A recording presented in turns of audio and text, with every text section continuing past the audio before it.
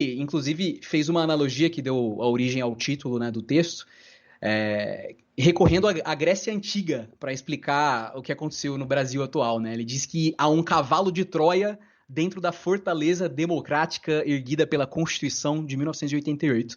E esse cavalo de Troia apresentaria laços com milícias e organizações envolvidas com atividades ilícitas. Ou seja, não precisou citar nome, né? A gente já sabe de quem a gente está falando aqui.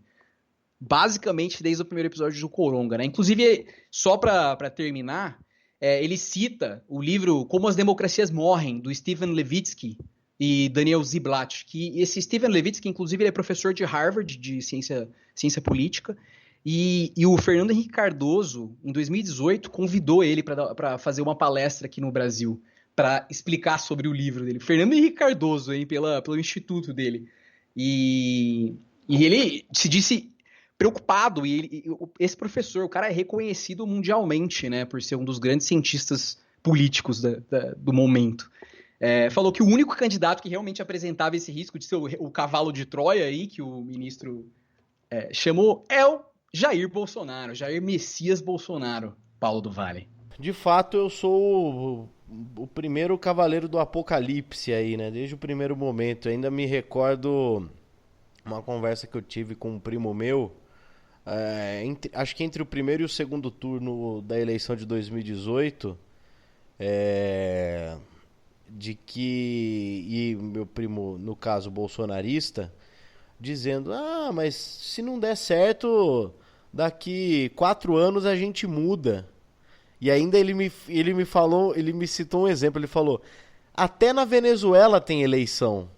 E não falou, assim, ironizando nada, falou naturalmente, querendo dizer, até a Venezuela, né, que na visão deles não é um país democrático, que de fato não é, e aí eu não vou ficar entrando aqui, daqui a pouco a gente vai até falar mais um pouco disso, mas eu até não tenho a visão que alguns colegas mais à esquerda têm da Venezuela, eu tenho uma visão de quem foi mais educado fora de uma bolha de esquerda e foi entrando.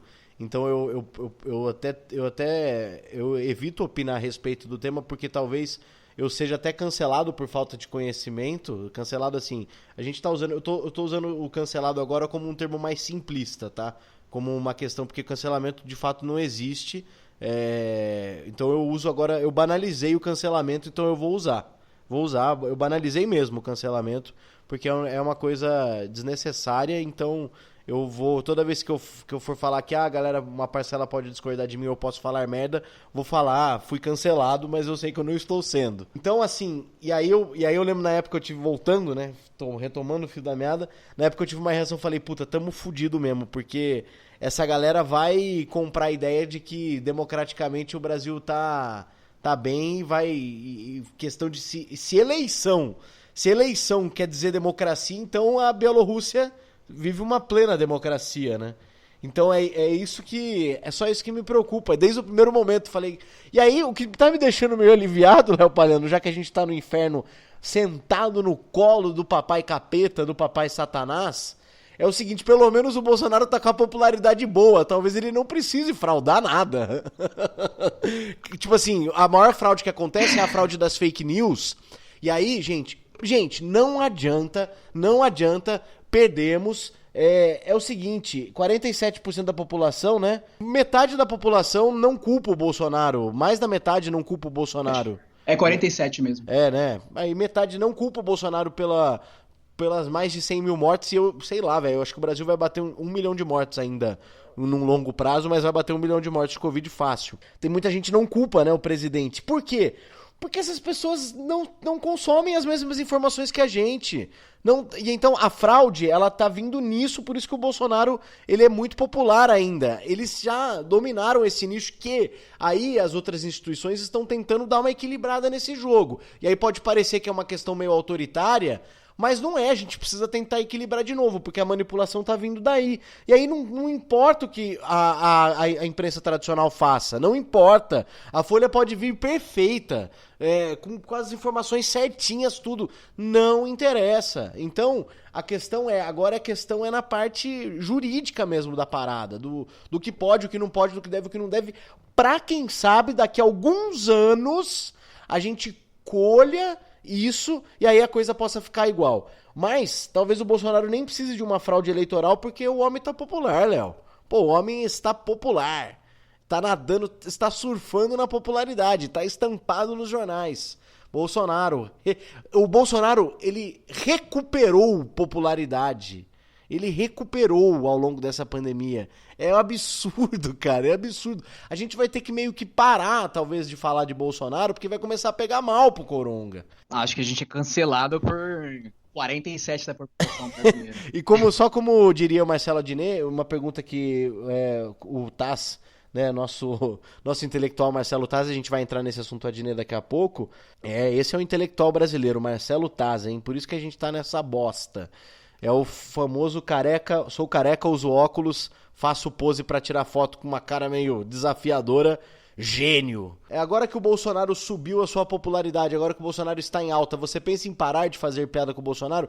E aí o Adnet fala uma coisa que é muito verdadeira. O Bolsonaro sempre esteve em alta e ele continua em alta. Essa é a verdade. Gente, o Brasil tá nesse caos, tá acontecendo tudo o que tá acontecendo, porque o Bolsonaro ele está em alta. Uma parte da população foi 100% cooptada, né, pra isso. E é uma rede de informações mesmo, e não tem como. Vai ter que ser na base vamos dizer, né, desse autoritarismo do judiciário, talvez, né, desse outro poder de tentar equilibrar um pouco mais o jogo, mas perdemos, vamos continuar perdendo por um bom tempo. E aí, pegando o gancho só no que você falou, entra um texto do Conrado Rubner Mendes, né, a coluna dele da Folha, né, que ele fala que uma reforma republicana é urgente para impedir a captura privada do Estado.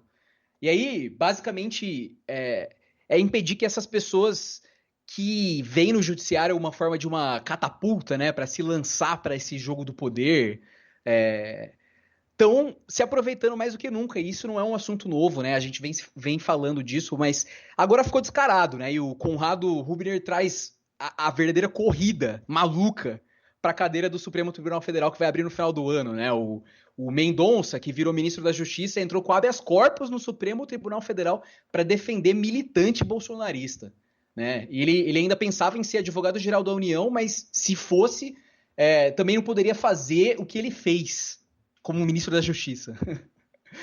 E aí a servidão, né, esses interesses privados, nunca foi o papel constitucional da AGU, ou pelo menos da AGU antes do Mendonça, que é o caçador dos antifascistas no Brasil, né? Esse cara tá correndo atrás do Supremo. O Aras, né, que virou a PGR pela porta dos fundos e hoje se dedicou a desmontar o Ministério Público Federal, né? E o Noronha, que é o presidente do STJ. E, cara, tá totalmente ligado ao bolsonarismo e hoje em dia dá decisões, assim, completamente negacionistas, assim, do racismo, por exemplo. E aí a ideia do Conrado é basicamente um sistema desenhado de quarentena, né? Para que essas pessoas que estão no poder de outras formas, de uma forma não eletiva, não se utilizem das prerrogativas do Estado Democrático de Direito, né, do Brasil, para se lançarem como políticos, né? Pessoas que são ruins como juízes, igual o Sérgio Moro, né? Que deturpou a justiça e se tornou um dos principais até hoje, né? E aí vai entrar o Coronga de um dia a gente falando, o Sérgio Moro ainda é popular. Puta que pariu, no futuro próximo, Paulo. A gente vai ter que lembrar que o Sérgio Moro é popular ainda daqui a pouco. Nossa. Não é hoje, galera, não é hoje. Até o próprio Bretas, né, que é aquele juiz bombadão lá que... Nossa, nem tenho palavras, Só comentar brevemente que essa terça-feira teve uma parte da convenção do Partido Democrata, né, com discursos fortes do Bernie Sanders e da AOC, que focaram em pautas progressistas, igualdade, bilionários, sistema de saúde e, obviamente, o Donald Trump. Mas eu quero chamar a atenção aqui para os ouvintes ao discurso da Michelle Obama, né, que passou uma verdadeira mensagem moral do que significa ser presidente, né, e que isso muda você e que você acaba se revelando e, enfim, questionando se você é uma pessoa talvez não psicopata, essa é a minha interpretação que eu tive. E que esse cargo revelaria ao mundo quem essa pessoa é de verdade, e bem como o seu voto numa eleição revela quem você é perante a sociedade. Então, o discurso da Michelle é legal porque ele dá um peso político no que o político representa, mas também a decisão de quem colocou ele ali, né? que é uma democracia, essa é a alma da democracia, e responsabiliza as pessoas. E é bom a gente deixar isso claro, e esse discurso foi bom nesse sentido para mim, porque as pessoas ainda não valorizam o voto no Brasil, Paulo. É assim, cara, qualquer coisa, quem que vai ganhar? Quem que é o cara mais falado? Não vou perder meu voto, então vou votar num cara que talvez não é minha ideologia, mas eu quero que o meu ganhe. E aí o voto ele não é uma Principalmente Brasil, nessas eleições, né? Como o Brasil tem deputado daqui, deputado de lá, vereador. Cara, o cara gasta muito o voto dele, muito, ou pra apoiar alguém ali próximo a ele, né? E aí o cara não tem. Ó, vou fazer um relato aqui, velho. Vou fazer um relato aqui que eu nem deveria, acho que tá fazendo. Mas eu vou fazer, eu vou tentar exclusivas do Coronga. Eu vou tentar citar o menos detalhes possíveis, porque eu não quero expor porque tem pessoas meio que...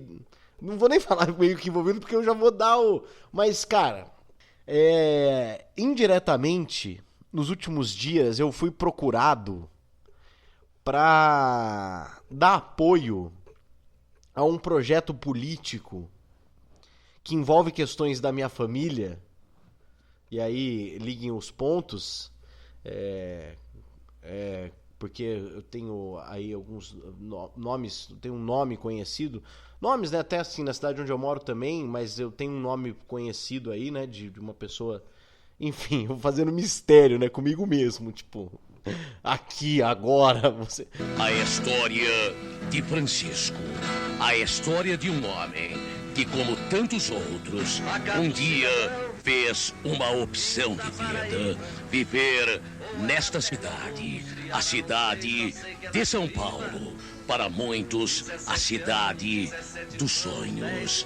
A história de Francisco, uma história igual, infelizmente, a tantas outras, de tantas pessoas que sonharam em ter uma vida melhor nesta cidade. A história de Francisco.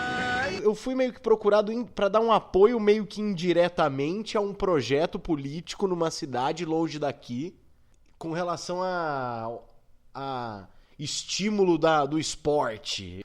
O que você acha disso? Desse projeto aqui e tal, mas que político que é, né? Quem que tá procurando? Para lançar candidatura agora à prefeitura lá e querem usar o nome de fomento ao esporte. E aí vem, né? Não, é um cara ligado ao Luciano Bivar.